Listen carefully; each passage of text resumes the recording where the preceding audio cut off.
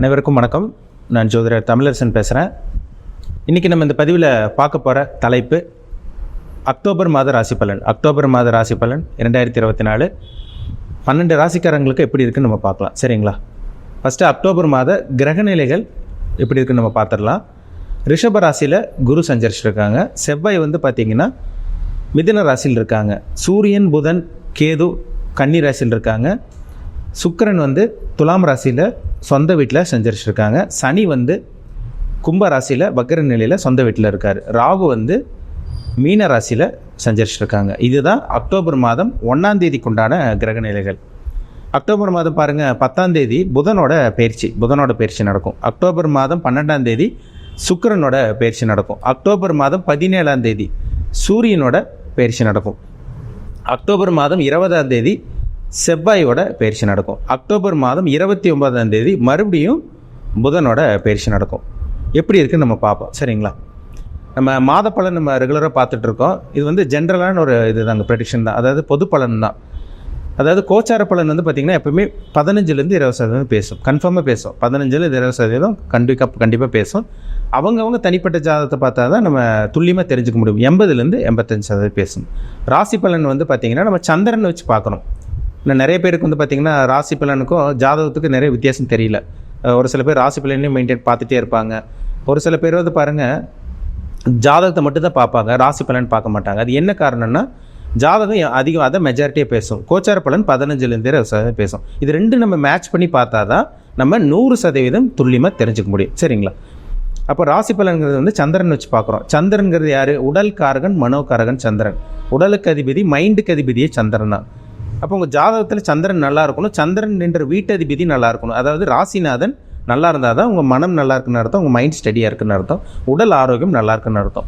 லக்னம்ங்கிறது உயிர், ஆன்மா.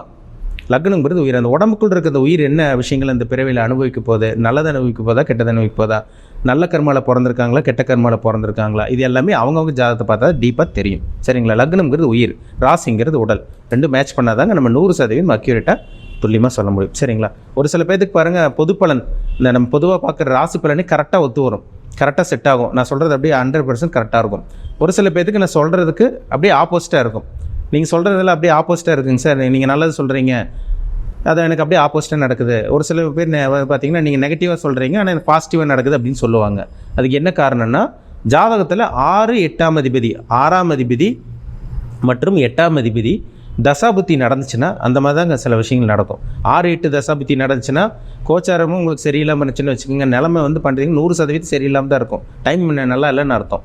இப்போ ஜாதகம் பார்த்திங்கன்னா ஓரளவுக்கு நல்லா இருக்குது, நல்ல ஒரு யோகமான தசாபுத்தி, இல்லை ஓரளவுக்கு நல்ல ஒரு சுமாரான ஒரு தசாபுத்தி போகுதுன்னு வச்சுக்கோங்க. கோச்சாரமும் நல்லா இருக்குதுன்னா உங்களுக்கு நல்லதே நடக்கும். அவங்க தான் சொல்லுவாங்க, நீங்கள் சொல்கிறதெல்லாம் கரெக்டாக இருக்குன்னு சொல்லுவாங்க. அப்போ உங்கள் ஜாதகத்தை செக் பண்ணுங்கள். சரிங்களா? பிறப்பு ஜாதகம், தனி மனிதனுடைய ஜாதகம் பார்த்திங்கன்னா ரொம்ப முக்கியம். நவகிரகங்கள் தான் மனுஷனை இயக்கிட்டு இருக்கு. நவகிரகங்கள் தான் மனுஷனை ஆட்டி படைச்சிட்டு இருக்கு. ஒவ்வொரு மனிதனோட உடம்புல பார்த்திங்கன்னா நவகிரகங்களோட தாக்கம் இருக்கும். எந்த கிரகத்தோட இம்பேக்டில் இருக்கீங்க, உங்கள் ஏஜ் என்ன, உங்கள் வயசு என்ன வயசு உங்களுக்கு போயிட்டுருக்கு. இப்போது ஏன்னா பார்த்திங்கன்னா 20 வயசுக்குள்ளே இருக்கீங்களா, 20 வயசுக்கு மேலே இருக்கீங்களா, 30க்குள்ளே இருப்பாங்க, ஒரு சில 50 வயசுக்கு மேலே இருப்பாங்க. ஒவ்வொருத்தருக்கும் ஒவ்வொரு விதமான அனுபவங்கள் கிடைக்கும். அவங்க வயதுக்கு தகுந்த மாதிரி. என்ன காரணம்னா, அவங்க ஜாதகத்தில் நடக்கக்கூடிய தசாபுத்தி தான் காரணம். ஒரு தனி மனிதனுடைய ஜாதகம் ரொம்ப முக்கியம். நவகிரகங்களோட தாக்கம் ரொம்ப முக்கியம். அதுதான் அவன் மனுஷனோட உடம்புல இருக்கும். அப்படி தான் ஆட்டி படைச்சிட்டு இருக்கும். உங்களோட ஜாதகத்தில் என்ன தசாபுத்தி போகுதுன்னு பாருங்கள். உங்கள் சுய ஜாதகத்தை பார்த்தா நீங்கள் என்ன தொழில் பண்ணலாம், என்ன பிஸ்னஸ் பண்ணலாம், என்ன வேலைக்கு போகலாம், திருமணம் எப்போ நடக்கும், புத்திரபாக்கியம் எப்போ கிடைக்கும், எப்போ லைஃப்பில் செட்டில் ஆவீங்க, உங்கள் வாழ்க்கையில் இனிமேல் என்னென்னலாம் நடக்கும், நல்லது நடக்கக்கூடிய காலகட்டம் எப்போ வரும், கெட்டது நடக்கும்போது எந்த விஷயத்தில் கவனமாக இருக்கணும், எல்லாமே அக்யூரேட்டாக துல்லியமாக பார்த்து தெளிவாக தெரிஞ்சுக்கலாம். உங்கள் பிறப்பு ஜாதகம், சுய ஜாதகம் பார்க்கணுன்னு விருப்பப்பட்டீங்கன்னா கீழே இருக்க வாட்ஸ்அப் நம்பருக்கு உங்கள் ஜாதகத்தை அனுப்பிச்சுடுங்க. அப்பாயின்மெண்ட் வாங்கிக்கோங்க. உங்கள் தனிப்பட்ட ஜாதகத்தை பார்த்து நம்ம டீப்பாக தெளிவாக துல்லியமாக 100% துல்லியமாக பார்த்து தெளிவாக தெரிஞ்சுப்போம்.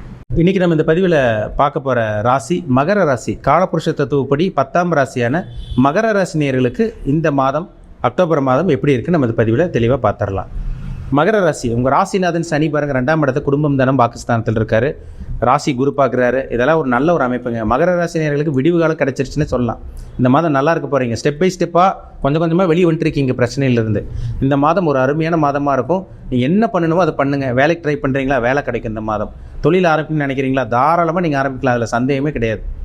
முயற்சி ஸ்தானத்திலே ராகு இருக்கார். உங்கள் ராசிக்கு யோகாதிபதி சுக்கிரன், பாக்கியாதிபதி சுக்கிரன், அதாவது யோகாதிபதி சுக்கிரன், உங்களுக்கு 10ஆம் தொழில் ஸ்தானாதிபதி சுக்கிரன் வந்து பாருங்கள் 11ஆம் இடமான லாபஸ்தானத்தில் இருக்கார். அப்போ தொழில் மூலமாக லாபம் கிடைக்க போகுதுன்னு அர்த்தம். இந்த மாதம் தொழில் நல்லாயிருக்கும், நல்ல வேலை உங்களுக்கு அமைஞ்சிரும், எல்லாமே உங்களுக்கு சாதகமாக இருக்குது. உங்களுக்கு பாக்கியாதிபதி புதனும் உங்களுக்கு நல்லா இருக்கார். அதிர்ஷ்டத்துக்கு உண்டான கிரகமும் புதன் நல்லா இருக்கார். அவர் அந்த புதனும் பாருங்கள் 9ஆம் அதிபதி புதன் பாருங்கள் 10ஆம் இடத்துல இருக்கார். தர்ம கர்மாதிபதி யோகம் ஏற்படுது. அப்போ 9ஆம் அதிபதி நல்லா இருக்கார், 10ஆம் அதிபதி நல்லா இருக்கார், உங்கள் ராசிக்கு 5ஆம் இடத்துல குரு இருக்கார். எல்லாமே உங்களுக்கு நல்லா இருக்குன்னு அர்த்தம். அதிர்ஷ்டம் கிடைக்கும், முயற்சி பண்ணுங்கள், எல்லாமே கேட்ட உதவி கிடைக்கும். கடன் கொஞ்சம் கொஞ்சமாக கம்மியாகும். உடம்புல இந்த வியாதி விலக போகுது. மகர ராசினியர்கள் படாத பாடே கிடையாது. சனி உங்களை போட்டு புளிஞ்சு எடுத்துட்டார். இப்போ தான் கொஞ்சம் கொஞ்சமாக நல்லா இருக்கீங்க. இந்த மாதம் நல்லா இருக்கும். உங்களுக்கு புத்திர பாக்கியம் கிடைக்கும். 5ஆம் இடத்துல குரு இருக்கார். புத்திர பாக்கியம் கிடைக்கக்கூடிய நல்ல மாதம். குலதெய்வ அனுகிரகம் கிடைக்கும். நல்லா இருக்குங்க. கலைத்துறையில் இருக்கவங்க, சினி ஃபீல்டில் இருக்கவங்க, மீடியாவில் இருக்கவங்க, கம்ப்யூட்டர் ஃபீல்டு இருக்கவங்களுக்கெல்லாம் இந்த மாதம் அருமையாக இருக்கும். ஏன்னா புதன்னால, கம்ப்யூட்டர்னால புதன் தான் நல்லாயிருக்கும் உங்களுக்கு.